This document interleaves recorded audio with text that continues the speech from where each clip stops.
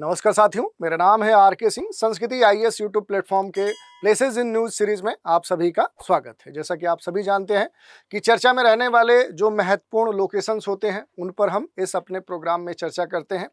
तो इसी क्रम में आज हम जिस लोकेशन की चर्चा करने वाले हैं, वो एक स्टेट है, एक जलसंधि है।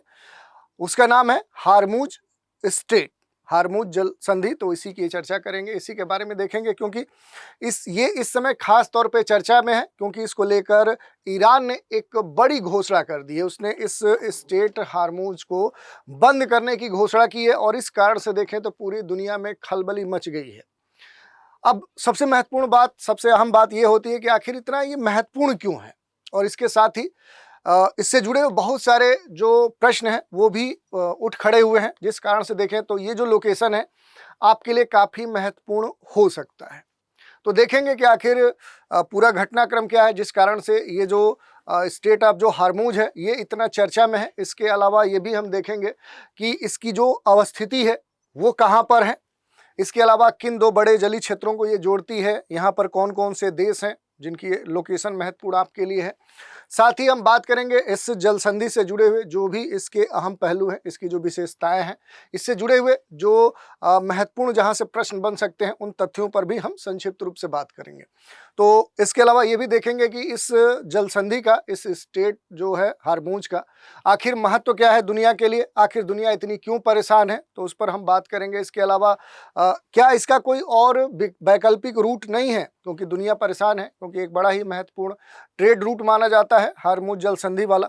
तो इस पर भी हम बात करेंगे, क्या इसका कुछ विकल्प भी है, तो उस पर हम चर्चा करेंगे। इसके अलावा इसके जो सामरिक महत्व हैं वो सबसे महत्वपूर्ण हो जाते हैं, तो इसके सामरिक महत्व पर भी संक्षिप्त रूप से हम बात करेंगे कि आखिर ये इतना स्ट्रेटेजिक लोकेशन क्यों है, और तेल व्यापार के दृष्टिकोण से देखें तो कौन कौन से महत्वपूर्ण देश हैं जो बड़े मात्रा में यहाँ से अपना तेल जो व्यापार है वो करते हैं, उनके ऊपर भी संक्षिप्त रूप से डेटा के आधार पर हम बात करेंगे। इसमें महत्वपूर्ण प्रश्न ये है क्योंकि ईरान क्यों कह रहा है कि हम हारमुज जो स्टेट है उसको बंद कर देंगे, और इस तरह की जो घोषणा है उसके पीछे आखिर कारण क्या है, उस पर भी हम बात करेंगे। और ईरान जो हारमुज स्टेट है उसको कैसे बंद कर सकता है, क्या उसके तरीके हो सकते हैं, किस तरह से वो बंद कर सकता है, क्योंकि एक बड़ा जलीय क्षेत्र है तो ये भी एक चैलेंज है, तो इस मुद्दे पर भी हम बात करेंगे। इसके अलावा ये जो स्टेट है इसको कैसे ईरान बंद करेगा, तो इसके जो प्रभाव है, अगर बंद करता है तो जो प्रभाव है वो क्या देखने को मिल सकते हैं, इसका असर विभिन्न देशों के ऊपर, देश दुनिया के ऊपर क्या पड़ सकता है, और कौन से सबसे महत्वपूर्ण देश हैं जिनके ऊपर इसका प्रभाव सबसे अधिक देखने को मिल सकता है। तो उन देशों की हम चर्चा करेंगे, पूरे इस क्षेत्र से जुड़े हुए जो भी ट्रेड रूट्स हैं जहां ये जिन विभिन्न देशों से जुड़ा हुआ है उन पर हम बात कर लेंगे। इसके अलावा ये भी हम देखेंगे कि सबसे महत्वपूर्ण जो अपना देश भारत है, भारत पर आखिर अगर ये जो स्टेट ऑफ जो हारमुज है अगर ये बंद किया जा रहा है तो भारत के ऊपर इसका क्या असर होगा, और भारत इसके संदर्भ में क्या कर सकता है, क्या प्रतिक्रिया अपना सकता है, क्या समाधान खोज सकता है, उसके बारे में विशेष तौर पे देखेंगे। तो प्रभाव और इसके लिए जो भी कारगर कह सकते हैं कि जो आने वाले समय में स्ट्रेटजी हो सकती है, उस पर भी हम बात करेंगे। और कुछ लोग ये भी कह रहे हैं कि नहीं, भारत के ऊपर असर नहीं पड़ेगा, तो क्यों ऐसा कह रहे हैं कि भारत के ऊपर असर ही नहीं पड़ेगा, तो उस बिंदु को भी हम थोड़ा सा उस पर प्रकाश डालने का काम करेंगे कि देखें कि आखिर ऐसा क्यों कहा जा रहा है। इसके अलावा हारमुज जो स्टेट है इसमें जो तनाव है उसके बीच में भारत के सामने जो तैयारियों की बात की जा रही है कि अगर इस तरह का स्थिति देखने को मिलता है कि ये हारमुज स्टेट ईरान इसे बंद कर देता है, तो उसके लिए भारत के पास क्या विकल्प हैं, भारत की क्या रणनीति है, उस पर हम बात करेंगे। और इस पूरे मसले में जो चीन की भूमिका है उस पर भी बात करेंगे, क्योंकि इस स्टेट से देखें तो सबसे जो बड़ा ट्रेड होता है वो चीन का होता है। तो चीन की क्या रणनीति है, इसको लेकर क्या चीन ईरान के ऊपर दबाव भी बना सकता है, तो ऐसे बहुत सारे मुद्दे हैं जिनके ऊपर आज हम डिटेल से बात करने वाले हैं। तो ये जो एपिसोड होगा ये आपके लिए काफ़ी महत्वपूर्ण होगा। प्लेसेस इन न्यूज़ ही नहीं बल्कि आपका जो पेपर 3 है इकोनॉमी, पेपर 2 है IR, इन सभी दृष्टिकोण से देखें तो ये काफ़ी महत्वपूर्ण सेगमेंट होने वाला है। तो एक बहुआयामी इंटरग्रेटेड कह सकते हैं कि ये टॉपिक है, तो इस पर डिटेल से आज हम चर्चा करेंगे। ठीक है, तो चलिए स्टार्ट करते हैं। स्ट्रेट ऑफ जो हार्मूज है आखिर क्यों चर्चा में है, इसके अलावा तेल युद्ध और भू राजनीति का ये केंद्र बिंदु आजकल क्यों बना हुआ है, ये सबसे महत्वपूर्ण बिंदु है। तो इस पर हम बात करेंगे और इससे जुड़े हुए जो भी अहम पहलू हैं उन पर भी चर्चा करेंगे। लेकिन चर्चा में आगे बढ़ने से पहले आपके लिए एक महत्वपूर्ण सूचना है। संस्कृति आईएएस के द्वारा जो जून एंड ऑफर है ये संचालित किया जा रहा है, जिसके तहत देखें तो 75% का जो डिस्काउंट है वो प्रदान किया जा रहा है। सभी जो संस्कृति आईएएस के द्वारा संचालित ऑनलाइन लाइव टेस्ट सीरीज और डीएलपी जो कोर्स हैं उन पर ये ऑफर चल रहा है। जिन कोर्स पर आपको महत्वपूर्ण ऑफर दिए जा रहे हैं उसमें आईएएस फाउंडेशन कोर्स के तहत संचालित जो विभिन्न कोर्स हैं, जैसे GS only, GS CSAT, online course, optional जो कोर्स हैं, इन पर अप टू 60% का जो डिस्काउंट है वो दिया जा रहा है। खास बात है कि ये सारे कोर्स सीमाई की सुविधा पर भी उपलब्ध हैं और इसके लिए ऑफर जो वैलिडिटी है ये 22 से 27 जुलाई है। दूसरा जो कोर्स है पीसीएस फाउंडेशन कोर्स के तहत बहुत सारे जो कोर्स संचालित होते हैं, इन सभी कोर्स पर आपको 70 से लेकर 75% का जो डिस्काउंट है वो भी दिया जा रहा है। इसके लिए भी ऑफर वैलिडिटी वही डेट है। एक और कोर्स है 71वीं बीपीएससी पीटी टारगेट जो बैच स्टार्ट किया गया है, जो कि 70 दिवसीय एक कार्यक्रम है। तो ये इस कोर्स की भी जो महत्वपूर्ण बातें हैं कि इसमें प्रीलिम्स टेस्ट सीरीज पूरी तरह से निःशुल्क दिया जा रहा है। इसमें जो भी फीस है उस पर एक बड़ा डिस्काउंट दिया जा रहा है। इसकी जो कक्षाएं हैं ये 30 जून 2025 से स्टार्ट होंगी और इससे जुड़े जो भी महत्वपूर्ण इसकी जानकारियां वो भी यहाँ पर दी गई है। यूपीएससी जो मेंस एडवांस मेंटरशिप प्रोग्राम 2026 है, 140 दिनों का एक गहन क्लासरूम ये प्रोग्राम है और इसके जो की फीचर्स है, मुख्य परीक्षा की जो रणनीति है उस पर ये फोकस्ड है।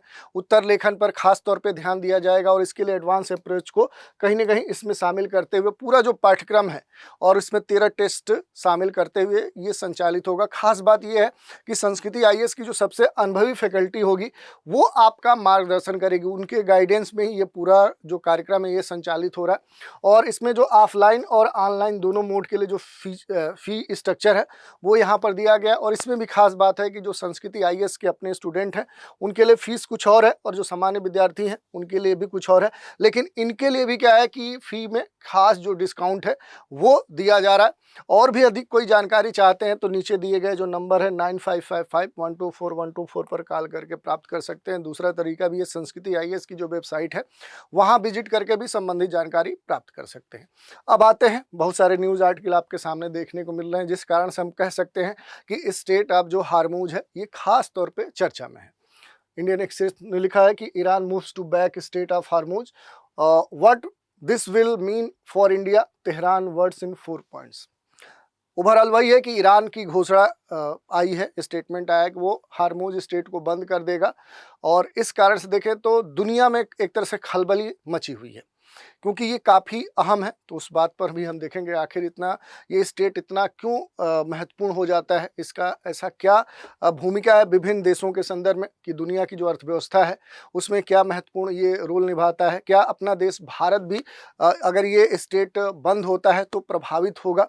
तो इस कारण से भी देखें तो ये जो घटनाक्रम है ये चर्चा में, और ये जो घटनाक्रम है जो ईरान की तरफ से ये घोषणा की गई है, क्योंकि ईरान के ऊपर भी देखें तो अगर ये स्टेट बंद होता है तो बड़े ही नेगेटिव इम्पैक्ट देखने को मिलेंगे। लेकिन इसके बावजूद भी ईरान इस तरह की घोषणा कर रहा है क्योंकि वो सब जानता है कि अगर ये स्टेट हम बंद करते हैं तो हमारा ही बड़ा नुकसान होगा। लेकिन फिर भी ये घोषणा कर रहा है। इसके पीछे कारण क्या है कि हाल ही में ईरान इजराइल के बीच में जो युद्ध देखने को मिला, तनाव संघर्ष, और उसी बीच में जो अमेरिका की एंट्री हुई, अमेरिका की तरफ से बंकर बस्टर जो बम ईरान के जो भी महत्वपूर्ण परमाणु स्थल थे वहां पर गिराए गए, और इसके जवाबी कार्रवाई में कहीं ना कहीं ईरान ने इस तरह का जो स्टेटमेंट है वो दिया कि अब हम स्टेट ऑफ जो हार्मूज है वो हम बंद कर देंगे। तो ईरान को पता है कि ये जो स्टेट है इसकी क्या भूमिका है, क्या प्रासंगिकता है, क्या महत्व है दुनिया के विभिन्न क्षेत्रों के लिए, और ये कहीं ना कहीं एक रणनीतिक स्तर पे ईरान के तरफ से स्टेटमेंट दिया गया है, या ये अगर किया जा रहा है तो एक रणनीतिक कह सकते हैं कि जिम्मेदारी के तहत किया जाएगा, ताकि दुनिया के अन्य देशों की जो अर्थव्यवस्था है, उनका जो ट्रेड है वो प्रभावित होगा, तो वो कहीं ना कहीं ईरान के माध्यम से देखें तो अमेरिका और इजराइल के ऊपर दबाव बनाएंगे। तो इस तरह की स्ट्रेटजी अपनाई गई है यहाँ पर ईरान के द्वारा। और इसी के संदर्भ में ईरान की जो संसद है उसने ईरानी सैन्य जो ठिकाने हैं उन पर जब अमेरिकी हमले हुए तो उसके बाद सर्वोच्च राष्ट्रीय जो सुरक्षा परिषद है उसके द्वारा अंतिम निर्णय लेने के लिए ये कहा कि अब हार्मूज जो जलडमरूमध्य है उसको बंद करने का जो एक प्रस्ताव है उसको मंजूरी हम दे रहे हैं। हालांकि पहले ये असंभव माना जाता था, लेकिन अब ये कहा जा रहा है कि इस स्टेट पर गंभीर जो खतरा है वो उत्पन्न होने वाला है। और रोजाना दुनिया में देखें तो जो तेल का एक्सपोर्ट है, जो तेल का व्यापार है, वो तेल का जो व्यापार है वो इस क्षेत्र से होता है। गहरा सकरा एक जलमार्ग है और नाम इसका हॉर्मुज स्ट्रेट है। ईरान में देखें तो जो 3 परमाणु ठिकाने हैं वहाँ पर जब अमेरिकी हमले हुए उसके बाद से ये स्थिति देखने को मिली है। और अमेरिका के जो पावर प्लांट हैं उन प्लांट से भारत के पेट्रोल पंप तक कहीं ना कहीं देखें तो ये स्टेट अगर बंद होता है तो वो थम सकते हैं। तो इसी कारण से ईरान कहीं ना कहीं ये मुद्दा बीच में ला रहा है ताकि अमेरिका, भारत, चीन, बहुत सारे जो देश हैं उनकी जो अर्थव्यवस्था है वो ठप पड़ सकती है। तो वो ईरान के कहीं ना कहीं पक्ष में आकर इस वार के संदर्भ में ईरान को सपोर्ट कर सकते हैं। तो देखेंगे कि आखिर ये जो हार्मुज स्ट्रेट है अगर ईरान ने इसे ब्लॉक कर दिया तो क्या होगा और इसके जो प्रभाव है खासतौर पे भारत के संदर्भ में, चीन के संदर्भ में इनकी क्या रणनीति होगी, इसके लिए क्या इनके पास विकल्प है, उन सभी बिंदुओं पर डिटेल से आज हम चर्चा करने वाले हैं। तो सबसे पहले तो हम बात करेंगे कि आखिर जो ये स्टेट है हार्मुज स्टेट, इसकी फिजिकल लोकेशन आखिर है कहाँ पर।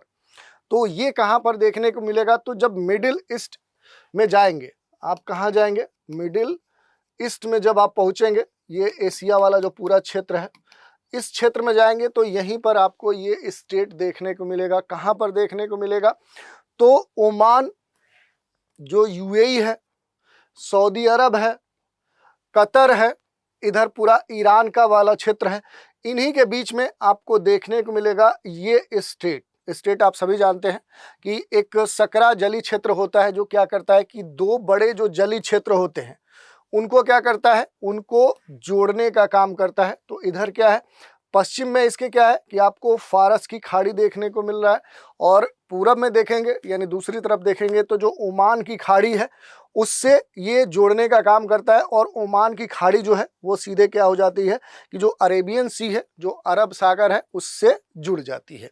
तो इसकी आपने लोकेशन देख ली कि आखिर इसकी जो भौगोलिक अवस्थिति है वो कहाँ पर है, उसी का एक बड़ा मैप और बहुत सारे जो लोकेशन हैं, जो महत्वपूर्ण प्लेसेज हैं वो यहाँ पर दर्शाए गए हैं। तो एक एक करके सब पर हम बात करेंगे। जैसे अगर हार्मुज स्टेट की बात करें तो मूल रूप से देखेंगे तो ऊपर ये पूरा ईरान वाला जो क्षेत्र है वो आपको देखने को मिलेगा। ये देखिए यहाँ पर ये स्टेट है और ये वाला जो पूरा क्षेत्र है ये किसका है, तो ये ईरान का क्षेत्र है। ये ईरान की सीमा है, ईरान के देश के विभिन्न जो प्रांत हैं वो हैं। दूसरी तरफ देखेंगे तो जो अरब प्रायद्वीप है, अरब प्रायद्वीपी जो विभिन्न देश हैं उनके बीच में ही ये एक सकरा आप कह सकते हैं कि जली क्षेत्र है।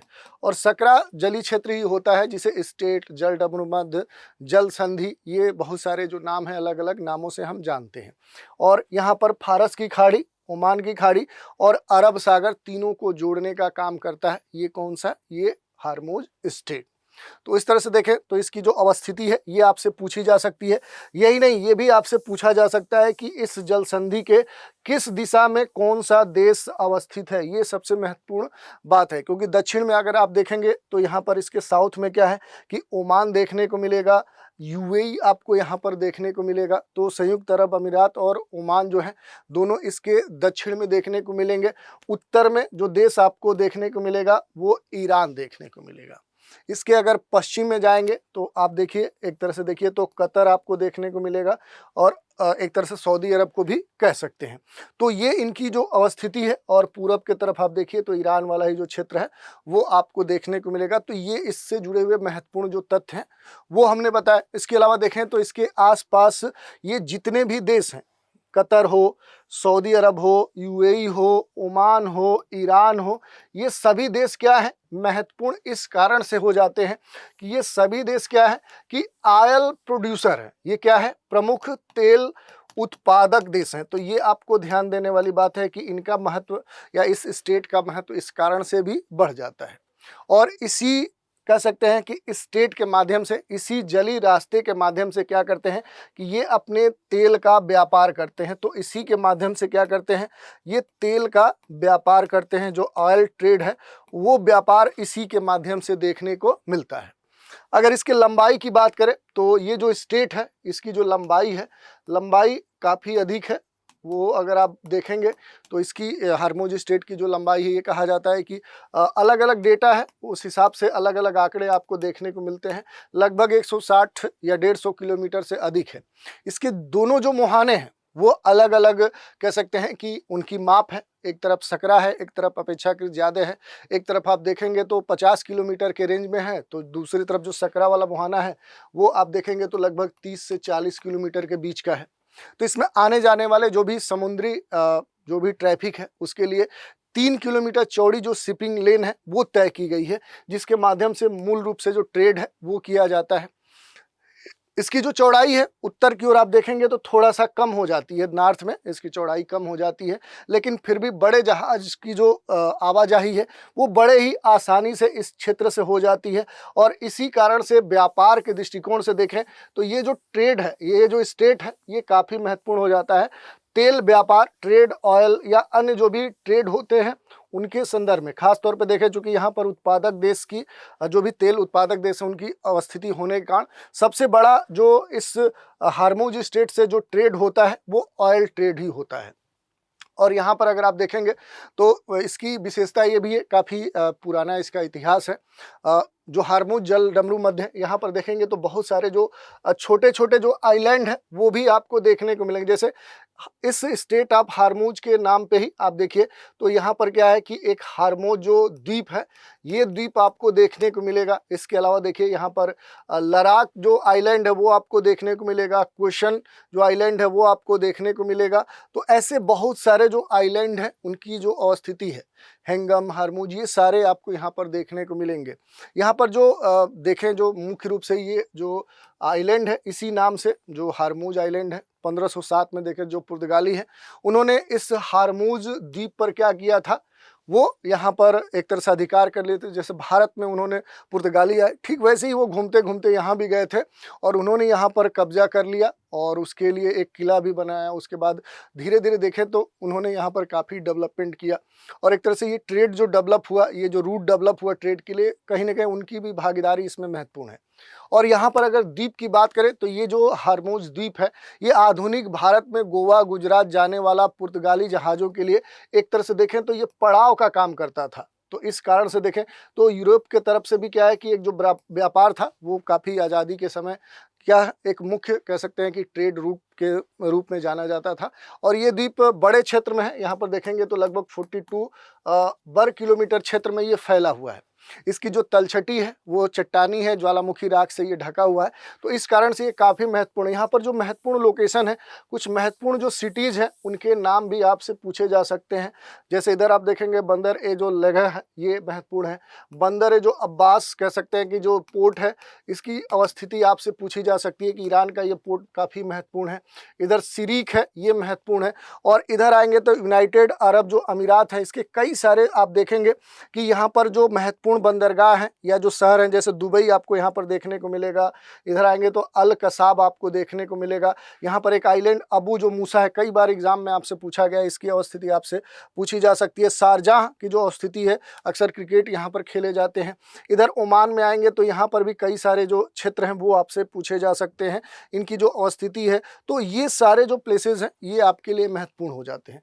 तो ये ओवरऑल हमने देख लिया कि यहाँ की जो फिजिकल लोकेशन है और उसमें भी एक तरफ आप देख सकते हैं इधर पर्सियन जो गल्फ है वो उसकी अवस्थिति है।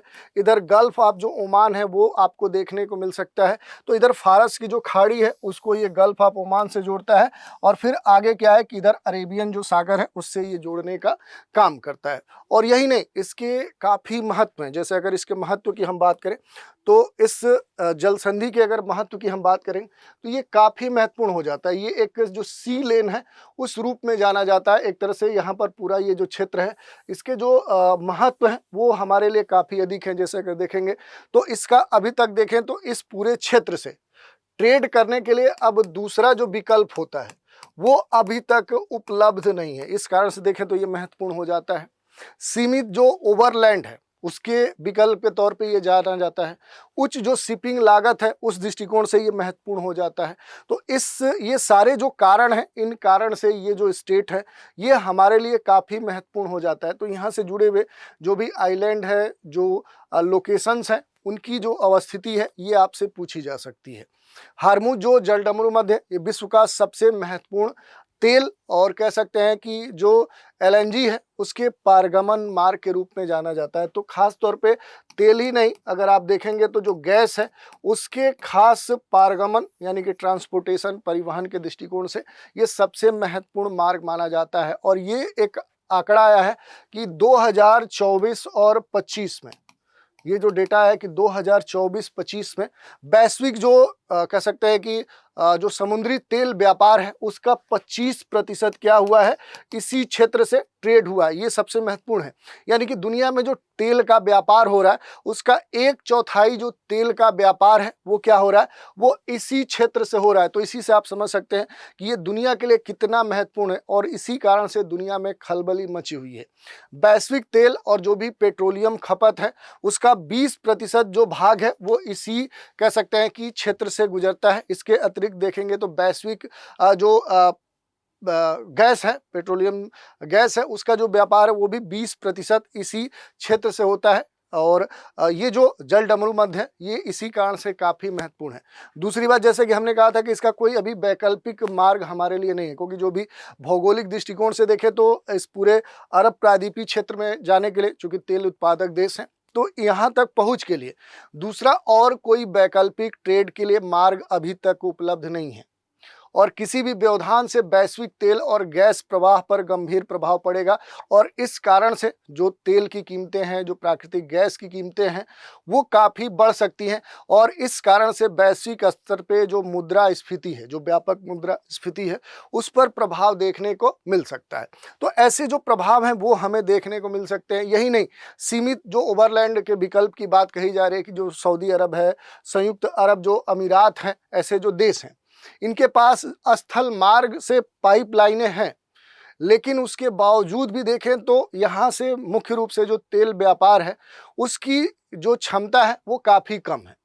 यही नहीं, उच्च शिपिंग जो लागत है, इस क्षेत्र में संभावित जो भी जोखिम है उन कह सकते हैं कि रिस्क के कारण जो बीमा प्रीमियम है, सुरक्षा जो लागत है वो बढ़ जाती है, जिससे वैश्विक स्तर पे जो भी शिपिंग है वो काफ़ी अधिक होती है और वैश्विक व्यापार पर भी इसका प्रभाव अधिक पड़ता है। उसमें भी अगर इस तरह के बैरियर अगर उत्पन्न होते हैं तो ये जो व्यापार है ये और प्रभावित हो सकता है और इसी कारण से इसकी चिंता लोगों के मन में अब देखने को मिल रही है। जलडमरू मध्य का अगर इस सामरिक महत्व की बात करें कि आखिर इसका स्ट्रेटेजिक लोकेशन क्या है, इसका महत्व क्या है, तो देखिए, दुनिया के सबसे अधिक आर्थिक रूप से महत्वपूर्ण जो चेक पॉइंट है वो क्या है, उन चेक पॉइंट में ये सबसे महत्वपूर्ण माना जाता है। अरब प्रायद्वीप दुनिया के सबसे बड़े तेल उत्पादक क्षेत्रों में से एक माना जाता है और जैसा कि हमने बताया कि अरब जो प्रायद्वीपीय जो क्षेत्र है, यहाँ से जो तेल उत्पादन होता है, ये दुनिया का 1/4 जो तेल है उसकी मात्रा यहाँ से कहीं ना कहीं सप्लाई की जाती है इस स्टेट के माध्यम से। और इस कारण से तेल गैस के भंडार इस क्षेत्र में होने के कारण और उत्पादक क्षेत्र होने के कारण इस क्षेत्र की जो अपनी महत्ता है वो काफ़ी महत्वपूर्ण हो जाती है। दुनिया का लगभग 30% से अधिक जो भी लिक्विड कह सकते हैं कि तरलीकृत जो गैस है वो यहाँ से उत्पन्न होता है और ये सारे क्या होते हैं कि ये इसी हार्मुज स्ट्रेट के माध्यम से ट्रांसपोर्ट किए जाते हैं। 2011 में फारस की खाड़ी से औसतन ये देखा गया था कि 17 मिलियन बैरल जो कह सकते हैं कि जो तेल है वो इसके माध्यम से ट्रांसपोर्ट किए गए थे और ये दुनिया के कुल तेल ट्रांसपोर्ट का 20% देखने को मिला था। 2018 में देखें उसके बाद तो $1.2 बिलियन का तेल प्रतिदिन इस जलडमरू मध्य से क्या हो रहा था, ट्रांसपोर्ट हो रहा था। तो इस तरह से देखें तो ये काफ़ी अहम हमारे लिए हो जाता है।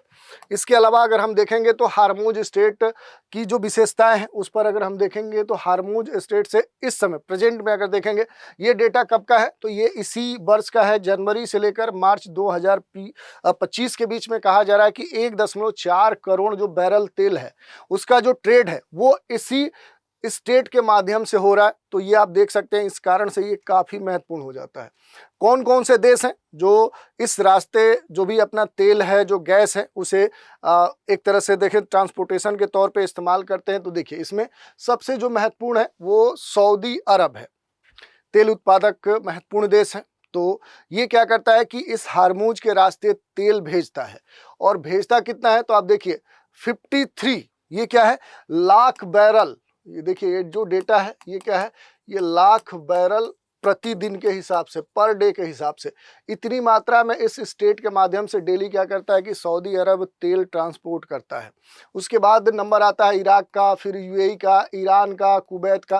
तो इसमें देखिए ईरान भी महत्वपूर्ण देश है जो इस स्टेट का इस्तेमाल करते हुए क्या करता है कि तेल का व्यापार इस रास्ते करता है। तो अगर ये बैन करता है तो इसका भी व्यापार जो है, ये जो 15 लाख बैरल प्रति डे जो इस रूट से ये तेल का व्यापार करता है, जिससे एक बड़ी जो विदेशी आय है वो प्राप्त करता है, तो ये भी प्रभावित होगा। इसके अलावा कतर, कुवैत, अन्य जो देश हैं वो भी इसका इस्तेमाल करते हैं।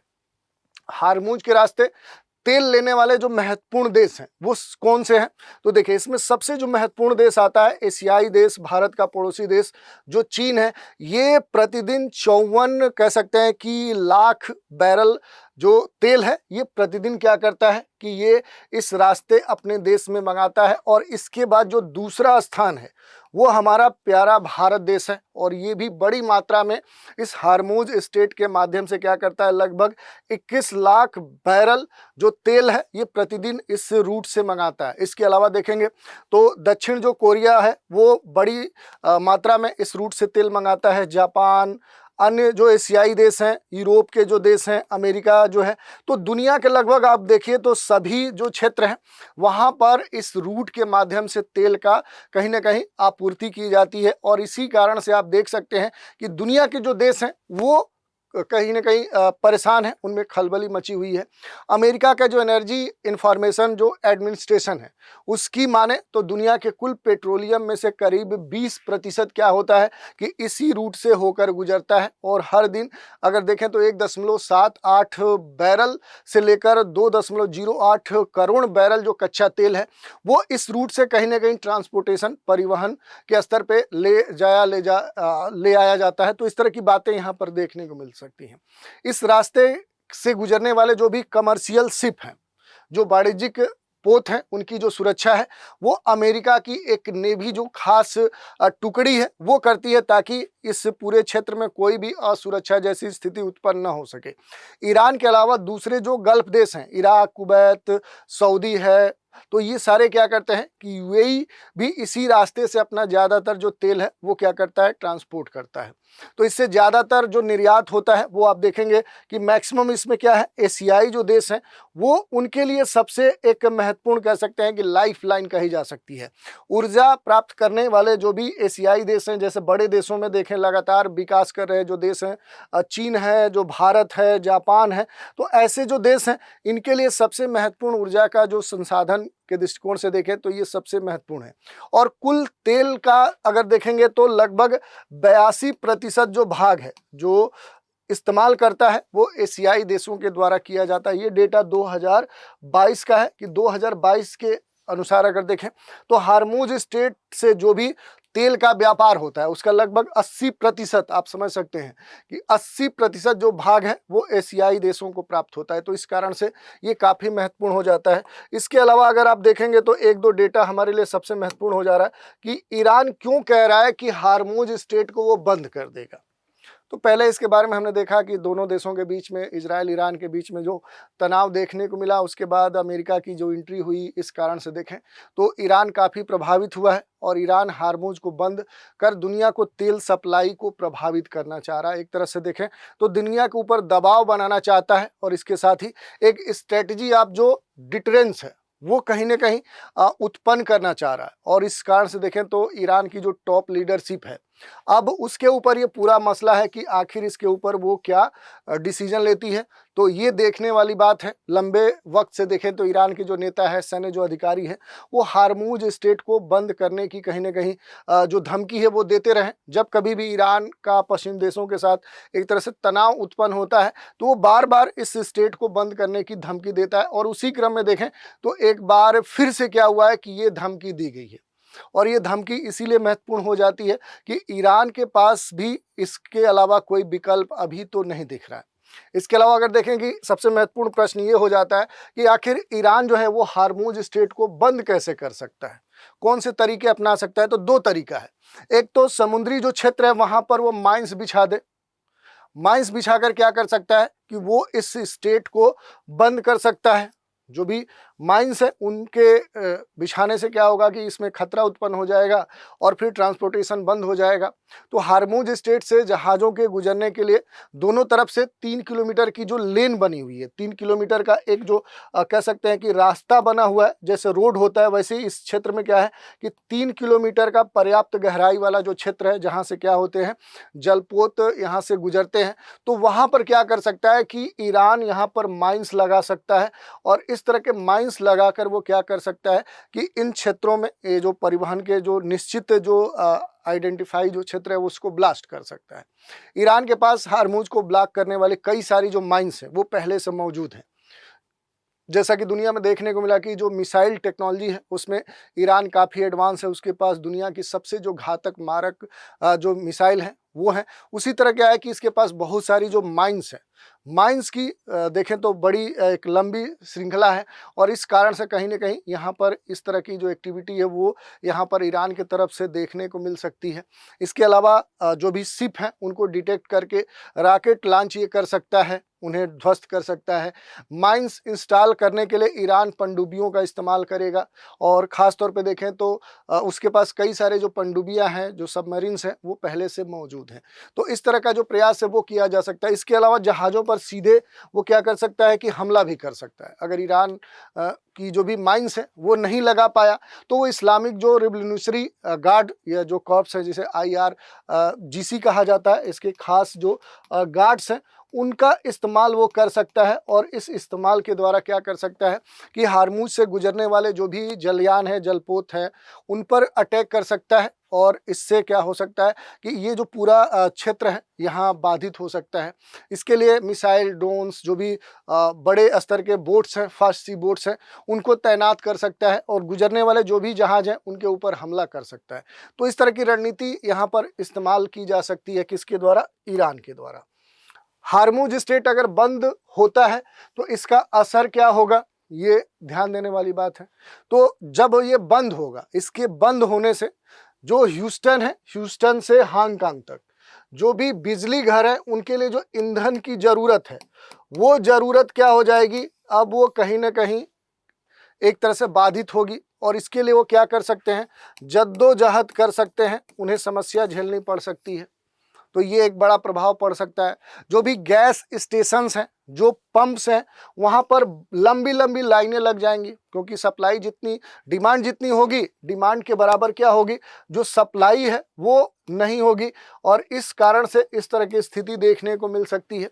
सप्लाई जो टैंकर्स हैं उनकी कतारें हज़ारों मील लंबी हो सकती हैं और हार्मुज बंद होने से जो तेल की कीमतें हैं वो बढ़ जाएंगी और इसका सीधा असर कहाँ पर पड़ेगा, तो जो ग्लोबल मार्केट है उस ग्लोबल मार्केट पर इसका जो सीधा असर है वो हमें देखने को मिल सकता है। यही नहीं, ग्लोबल मार्केट तो प्रभावित होगा तो इसका सीधा असर कहाँ पर पड़ेगा, तो जो आपका शेयर मार्केट है वो एक तरह से देखें तो कहीं ना कहीं बड़े स्तर पे प्रभावित होगा, वो ध्वस्त हो जाएगा। सऊदी अरब, कुवैत, UAE जैसे जो महत्वपूर्ण खाड़ी देश हैं उनको बड़े स्तर पे क्या होगा, इसका नुकसान झेलना पड़ सकता है और उनकी जो अर्थव्यवस्था है, अगर हम देखेंगे जैसे सऊदी अरब है, UAE है, ओमान है, ईरान है, इनकी जो अर्थव्यवस्था है ये किस चीज़ पर डिपेंड है, ये पूरी तरह से तेल पर ही डिपेंड है। आप देखते हैं सऊदी के जो शेख हैं वो कितना लग्जरी लाइफ जीते हैं, बड़े बड़े जो कंस्ट्रक्शन है, बड़े बड़े जो परियोजना है उसमें बड़े स्तर पे पैसा लगाते हैं। वो क्यों लगाते हैं, क्योंकि अगर देखेंगे सऊदी अरब या इस तरह के जो भी खाड़ी के देश हैं वहाँ की जो भौगोलिक परिस्थितियाँ हैं वो सामान्य मानव जीवन के लिए जो भी अनुकूल दशा है उसके ठीक विपरीत है, लेकिन उसके बावजूद वहाँ की जो लाइफ वो काफ़ी लग्जरियस है, वहाँ प्रति व्यक्ति आय जो है वो काफ़ी अधिक है। वो क्यों है, क्योंकि पूरा ऐसे जो खाड़ी देश है इनकी जो अर्थव्यवस्था है ये पूरी तरह से तेल गैस के ऊपर ही निर्भर है। तो अगर इस तरह का बैन होता है तो इनका जो एनर्जी एक्सपोर्ट है वो पूरी तरह से बाधित होगा और ऐसे जो देश हैं इनकी जो अर्थव्यवस्था है ये पूरी तरह से चरमरा जाएगी। एनालिटिकल फर्म जो वोटेक्स है उसकी एक रिसर्च आई थी जिसमें कहा गया था कि हार्मुज के रास्ते जो सऊदी अरब है रोजाना 6 मिलियन बैरल कच्चे तेल का एक्सपोर्ट करता है, जो यहाँ पर देखें सभी देशों में सबसे बड़ा व्यापार इसके द्वारा किया जाता है। यही नहीं, इससे यही नहीं है कि केवल यही सऊदी अरब, यूएई, ओमान ही प्रभावित होंगे, बल्कि इससे ईरान भी प्रभावित होगा। क्योंकि ईरान की बात करें तो ईरान भी क्या है कि बड़ी मात्रा में लगभग 1.7 मिलियन बैरल तेल एक्सपोर्ट इस रूट से करता है। और ईरानी जो सेंट्रल बैंक है उसका ये अनुमान है 2025 में, जब 2025 का खात्मा होगा, यानी ये जो वर्ष है ये समाप्त होगा, तो वित्तीय वर्ष में ईरान क्या कर सकता है कि इस पूरे क्षेत्र से लगभग 67 बिलियन जो डॉलर तेल है वो एक्सपोर्ट कर सकता है।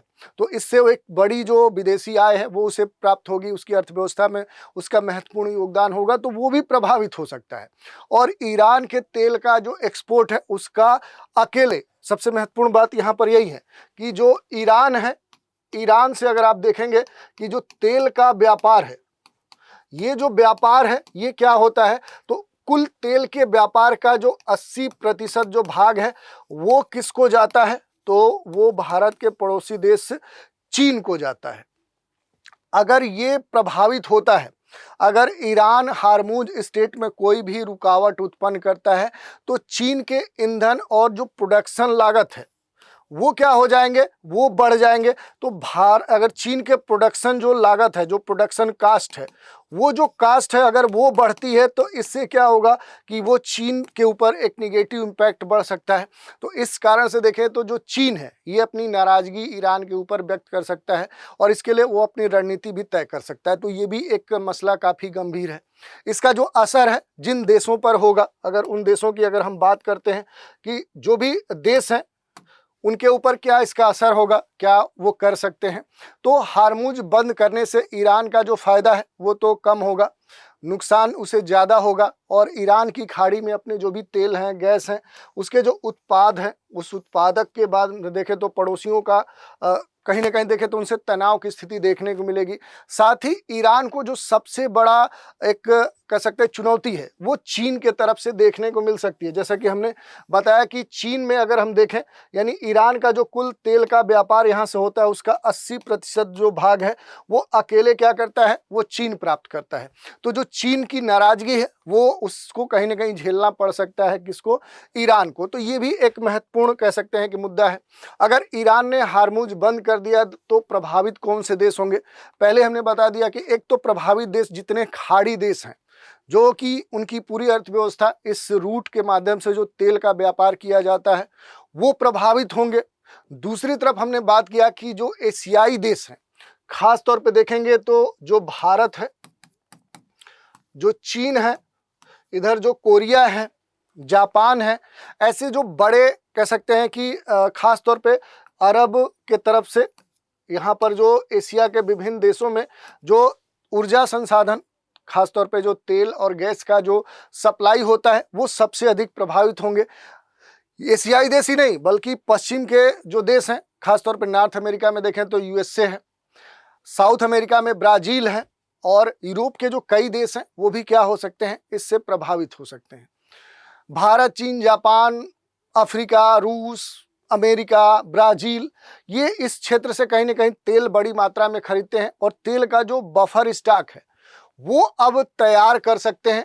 और सामान्य तौर पे देखें तो किसी भी देश की जो स्ट्रेटेजिक पेट्रोलियम जो रिजर्व है वो बनाया जा सकता है विभिन्न देशों के द्वारा, और अपने जो भी व्यापारिक जहाज हैं उनकी हिफाजत के लिए वो नेवी को तैनात कर सकते हैं।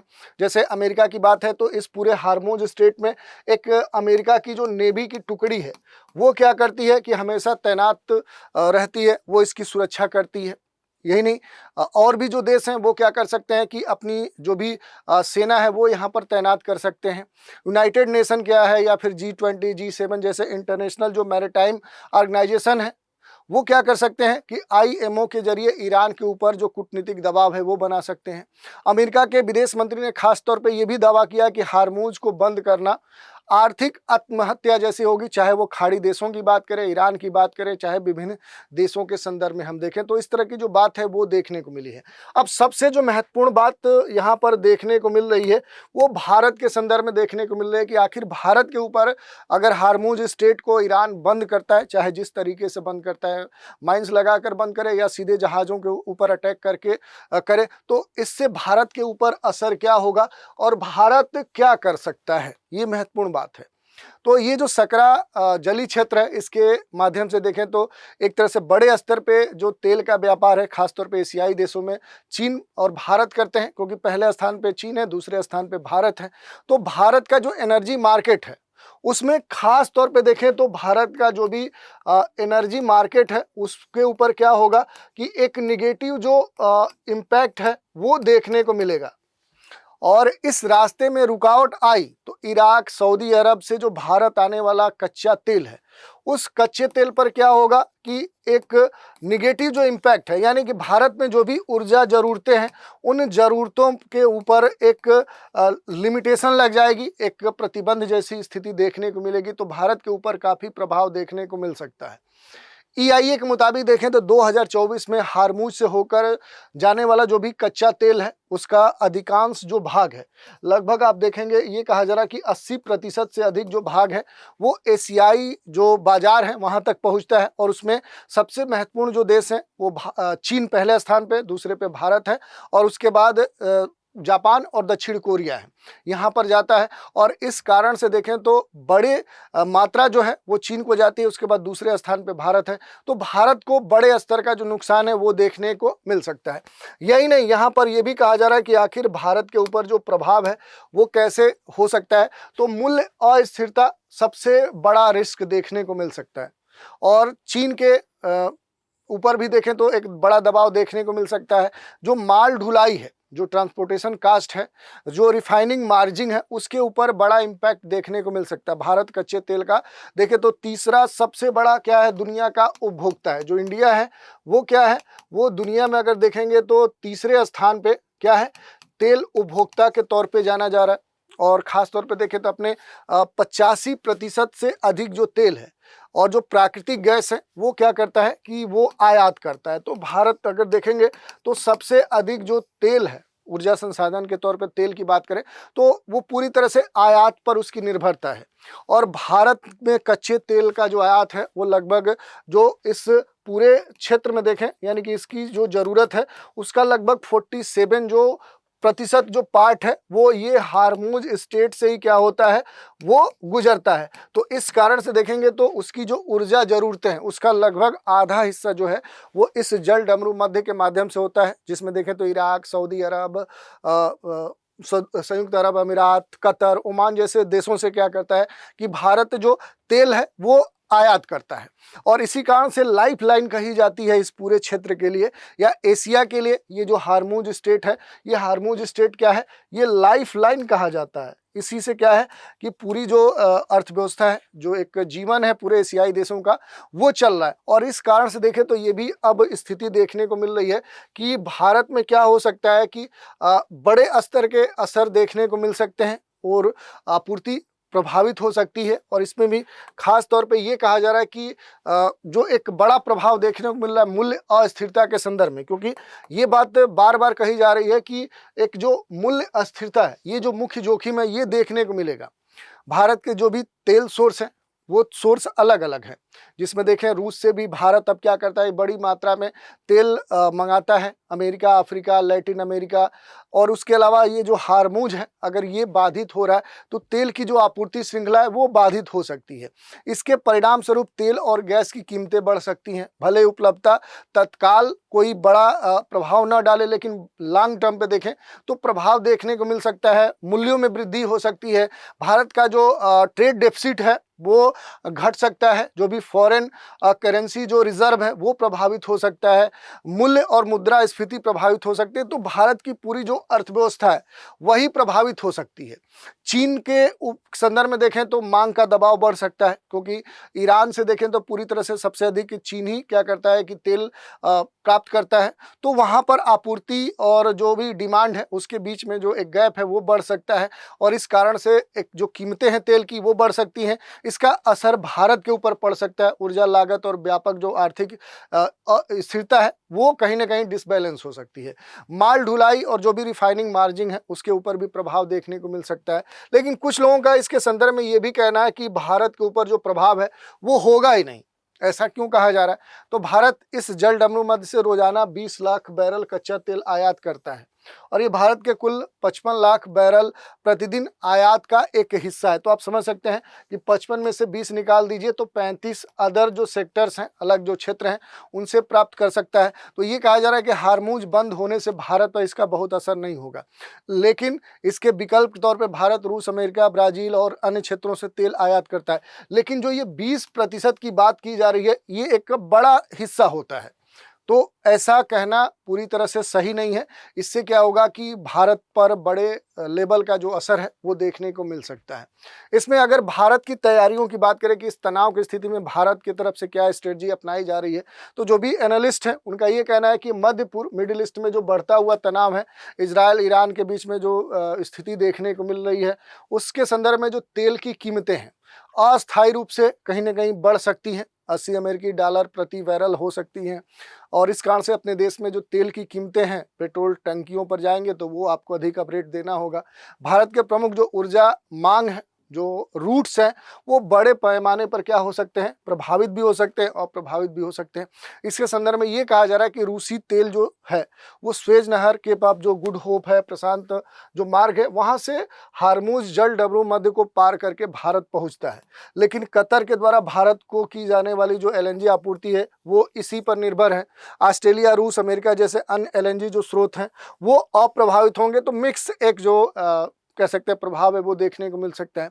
लेकिन बड़े स्तर पे यहाँ से स्थिति देखने को मिल सकती है। अब भारत इसके संदर्भ में क्या रणनीति अपना सकता है, तो भारत जो चीज़ें कर सकता है कि अपने रणनीतिक स्तर पे तेल का जो भंडार है उसके लिए जो उपयोग है उसके स्तर पे जो मैनेजमेंट है वो कर सकता है। अमेरिका, नाइजीरिया, अंगोला, ब्राज़ील जैसे जो वैकल्पिक जो आपूर्ति करता है भारत के लिए, तो उनके संदर्भ में जो आयात है, वहाँ से मंगाया जाने वाला जो तेल है वो बढ़ा दे और उच्च जो माल ढुलाई है वो लागत पर ये करे। मुद्रास्फीति को नियंत्रित करने के लिए जो भी सरकारी टूल्स हैं उनका इस्तेमाल कर सकता है। बढ़ती हुई जो भी घरेलू कीमतें हैं उनको संतुलित करने के लिए सरकार जो है वो मुद्रास्फीति के दबाव को कम करने के लिए विशेष रूप से जो भी डीजल और LPG है उनके मूल्य पर सब्सिडी का विचार दे सकती है। लेकिन इसके एवज में देखें तो भारत के ऊपर जो एक अतिरिक्त दबाव है वो देखने को मिल सकता है। इस पूरे मसले में अगर हम देखेंगे तो चीन की जो भूमिका है वो सबसे अहम मानी जा रही है। क्यों मानी जा रही है, तो पहले हमने बताया कि ईरान के तेल का लगभग 90% जो भाग है वो अकेले चीन क्या करता है, प्राप्त करता है। तो यहाँ से गुजरने वाला जो भी तेल व्यापार है उसका जो बड़ा प्रभाव है वो चीन के ऊपर देखने को मिलेगा। और इस साल की अगर पहले तिमाही की बात करें तो हर दिन चीन आने वाला लगभग 54 लाख बैरल जो तेल है वो हार्मूज स्ट्रेट से ही चीन को प्राप्त हुआ है। और अगर ये स्ट्रेट बंद होता है तो चीन को कहीं ना कहीं ईंधन के संदर्भ में देखें तो एक संकट का सामना करना पड़ सकता है। और इससे चीन और ईरान के जो संबंध अभी तक ठीक हैं, जैसे अभी तनाव के संदर्भ में चीन बार बार ईरान के सपोर्ट में बोल रहा था, तो वो स्थिति बदल सकती है। अमेरिका के जो विदेश मंत्री है मार्को रूबियो, उन्होंने कहा कि चीन से ईरान को हार्मूज स्ट्रेट बंद करने से रोकने को कहना चाहिए। और रूबियो ने अमेरिकी न्यूज़ चैनल को एक इंटरव्यू देने में कहा कि हार्मूज जो स्टेट है उसके बारे में चीन और ईरान को अब बात करनी चाहिए, क्योंकि अगर ये स्टेट बंद हो रहा है तो चीन की जो अर्थव्यवस्था है वो पूरी तरह से ठप हो सकती है। तो ये इस तरह की जो बातें हैं वो देखने को मिल रही हैं। और क्या हार्मूज स्ट्रेट पहले भी, इससे पहले क्या बंद किया गया है, तो ये एक महत्वपूर्ण मुद्दा है। तो हार्मूज स्ट्रेट पहले भी एक दो बार बंद किया गया है। अगर उन घटनाक्रम की बात करें तो कई बार ये घटनाएं देखने को मिली हैं। जब क्या हुआ था कि 1980 की जो घटना है उस समय क्या है कि ये इसके बारे में ये चीज़ देखने को मिली थी कि कई बार इस तरह की स्थिति देखने को मिली थी कि कई बार बंद किया गया था। 1980-88 में, 2000 में, 2019 में। 2019 की हाल की घटना है, क्योंकि ईरान ने हार्मूज स्ट्रेट पर उड़ रहे जो भी अमेरिका के जो भी सर्विलांस ड्रोन्स थे उनको मार गिराया था। और उसके बाद ये जो रूट है ये प्रभावित हुआ था, 2000 में प्रभावित हुआ था। तो इस तरह की जो घटनाएं वो देखने को मिली थी। अब इसमें सबसे महत्वपूर्ण है कि क्या दूसरे जो शिपिंग रूट्स हैं क्या वो इसका विकल्प हो सकते हैं, इस नाकाबंदी की भरपाई कर सकते हैं। तो देखिए ये सबसे महत्वपूर्ण प्रश्न है। तो ईरान ने लगातार हार्मूज स्ट्रेट बंद करने की जो धमकियां दी हैं, इसके चलते सऊदी अरब, UAE इन्होंने क्या किया, अपने के लिए एक वैकल्पिक जो पाइपलाइंस हैं वो डेवलप की हैं, जिससे क्या हो सके अगर ये रूट बंद भी होता है तो उस पाइपलाइंस के माध्यम से वो अपना तेल जो भी निर्यात है वो कर सके। और इस तरह की जो व्यवस्था है ये सऊदी अरब और अन्य जो देश हैं उन्होंने की है। लेकिन एक आंकड़ा है कि जितनी मात्रा में इस हार्मुज स्ट्रेट से तेल का निर्यात किया जाता है, उस क्षमता से जो ये पाइपलाइन की क्षमता है ये काफ़ी कम होती है। तो जितनी यहाँ से निर्यात इस रूट से किए जाते हैं उनकी अपेक्षा जो निर्यात करने की जो ट्रांसपोर्टेशन की मात्रा है वो काफ़ी कम हो जाएगी। और इस कारण से दुनिया के विभिन्न क्षेत्र जो हार्मुज स्ट्रेट के माध्यम से कहीं न कहीं बड़ी मात्रा में तेल का आयात करते हैं और अपनी ऊर्जा ज़रूरतों को पूरा करते हैं, वो सीमित हो जाएगा। तो फिर वही स्थिति होगी कि पूरी तरह से क्या है कि हार्मुज स्ट्रेट का अभी तक कोई विकल्प उपलब्ध नहीं है। तो इस तरह से डिटेल में हमने सभी मुद्दों पर चर्चा की, हार्मुज स्ट्रेट के लोकेशन से लेकर इसके महत्व को लेकर, यहाँ से कितनी मात्रा में जो तेल उत्पादन है वो होता है, यहाँ से ट्रांसपोर्ट कैसे होता है, इस पर बैन कैसे लगाया जा सकता है, क्या कभी इस पर बैन लगाया गया है, कभी इसे रोका गया है, भारत के ऊपर इसका क्या असर होगा, चीन के ऊपर इसके ऊपर असर क्या होगा, ये देश कैसे इसके लिए तैयारी कर रहे हैं, स्ट्रेटजी अपना रहे हैं, इन सभी बिंदुओं पर हमने बात की। और इसी चर्चा पर आधारित एक प्रश्न देख लेते हैं। हार्मुज स्ट्रेट किन दो जलीय भागों को जोड़ती है? फारस की खाड़ी को ओमान की खाड़ी और अरब सागर से जोड़ती है, फारस की खाड़ी को अदन की खाड़ी और अरब सागर से, लाल सागर को ओमान की खाड़ी से, या फिर लाल सागर को अदन की खाड़ी से? तो इस प्रश्न का उत्तर आपको कमेंट के माध्यम से देना है। तो आज के एपिसोड में इतना ही। अगले एपिसोड में एक नए लोकेशन के साथ उस पर चर्चा करने के लिए फिर से आपसे रूबरू होंगे। तो आज इतना ही, इजाज़त दीजिए। Thank you.